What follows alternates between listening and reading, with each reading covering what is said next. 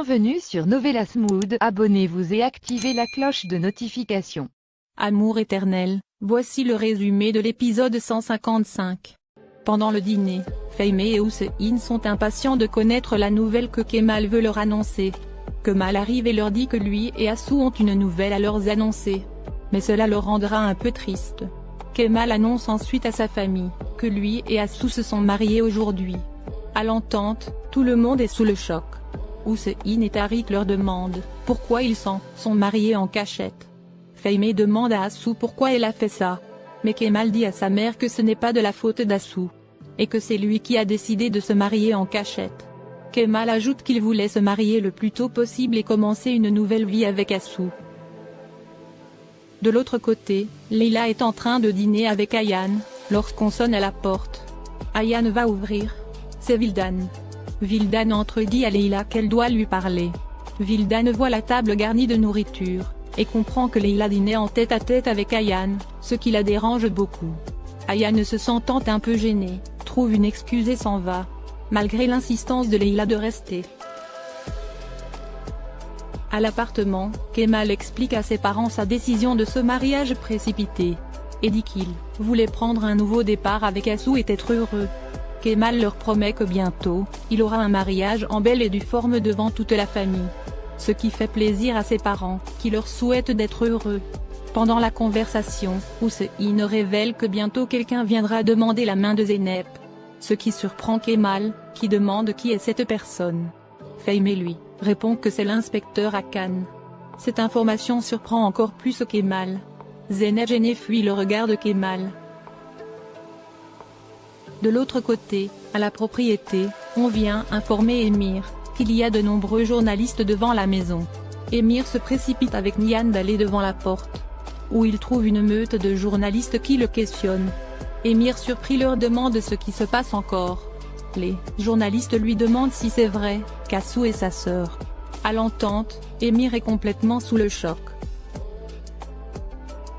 Emir furieux ne répond pas et s'en va. Nihan le suit et lui demande si les affirmations des journalistes sont vraies. Mais Emir lui dit qu'il a des choses beaucoup plus importantes actuellement à faire, que de répondre à ces questions. De l'autre côté, Vildan met Leila en garde contre Ayaan. Mais Leila ne veut rien entendre et dit à Vildan de ne pas interférer dans sa vie privée. Vildan dit à Leila qu'elle a enquêté sur Ayaan. Mais elle ne va pas lui dire ce qu'elle a découvert sur Ayaan. Et que Leila doit découvrir cela de ses propres yeux. Leila essaie d'en savoir plus, mais Vildan lui qu'elle doit découvrir cela elle-même, elle s'en va ensuite. À la propriété, Emir, furieux, appelle son père pour lui reprocher d'avoir révélé l'identité de Assou à la presse. Mais Gali jure à Emir qu'il n'a rien fait. Et qu'il ne sait même pas ce qui se passe. Emir se demande alors qui a pu faire cela. Il comprend immédiatement que c'est un coup de Kemal. Pendant ce temps, toute la famille a fini de dîner. Lorsque Zehir appelle Kemal pour lui demander d'allumer la télévision. Au même moment, Emir aussi appelle Assou. Celle-ci n'a pas le temps de décrocher. Lorsque Kemal s'empresse d'allumer la télévision, dans laquelle, la journaliste révèle que Assou est la fille de Mujgan et de Galip Koskoğlu. Et que Assou est la sœur d'Emir. À l'entente, toute la famille soit sidérée et sous le choc. Assou bouleversé laisse tomber son téléphone. Kemal joue les surpris et demande à Assou si cela est vrai. Hussein aussi lui pose la question.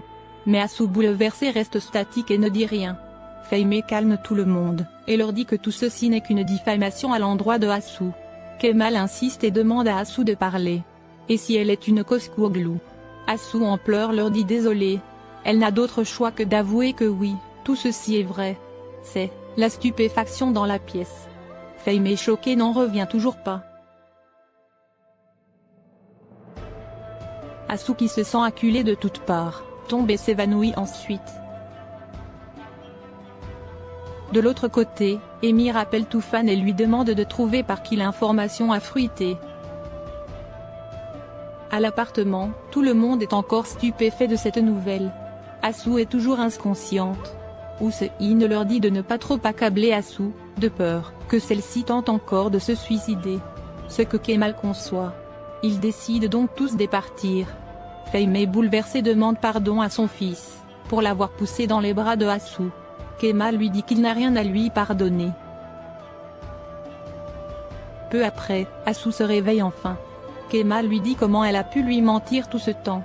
Hassou en pleurs dit à Kemal qu'elle est aussi une victime. Kemal lui dit de ne pas essayer de jouer la carte de la victime, pour essayer d'avoir sa sympathie. Kemal furieux dit à Hassou comment elle a pu lui cacher cela, et qu'elle est une vraie menteuse. Kemal se souvient et comprend que c'était Hassou le maître chanteur d'Emir. Hassou lui dit que grâce à l'oncle Aki, elle voulait se venger de Emir et de la famille Koskoğlu. Kemal furieux lui dit que donc depuis tout ce temps, elle détenait les vidéos. Et que peut-être au début, elle lui envoyait les vidéos pour l'aider. Mais après c'est elle qui a envoyé les dernières vidéos du meurtre de Linda à Emir. Car elle voulait ne pas qu'il soit en couple avec Nihan. Elle a donc aidé Emir à garder Nihan captive.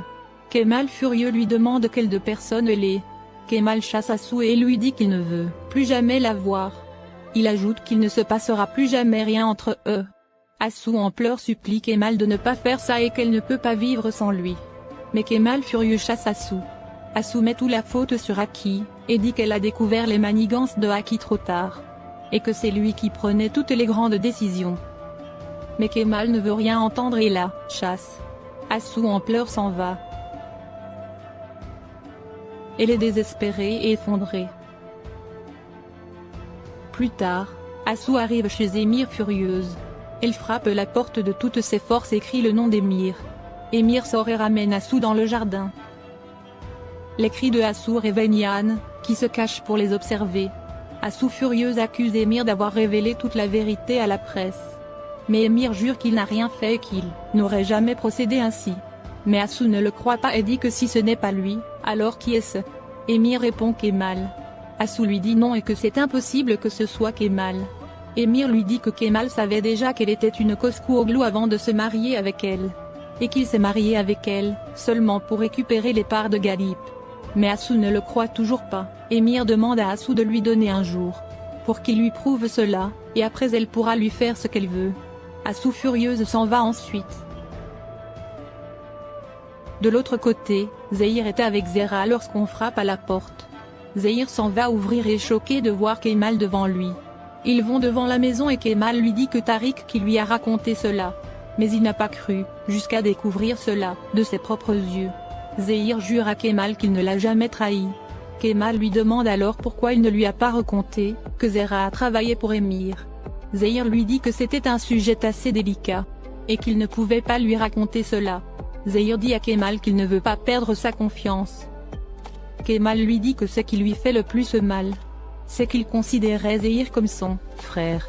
Après ces mots, Kemal s'en va, laissant Zahir triste.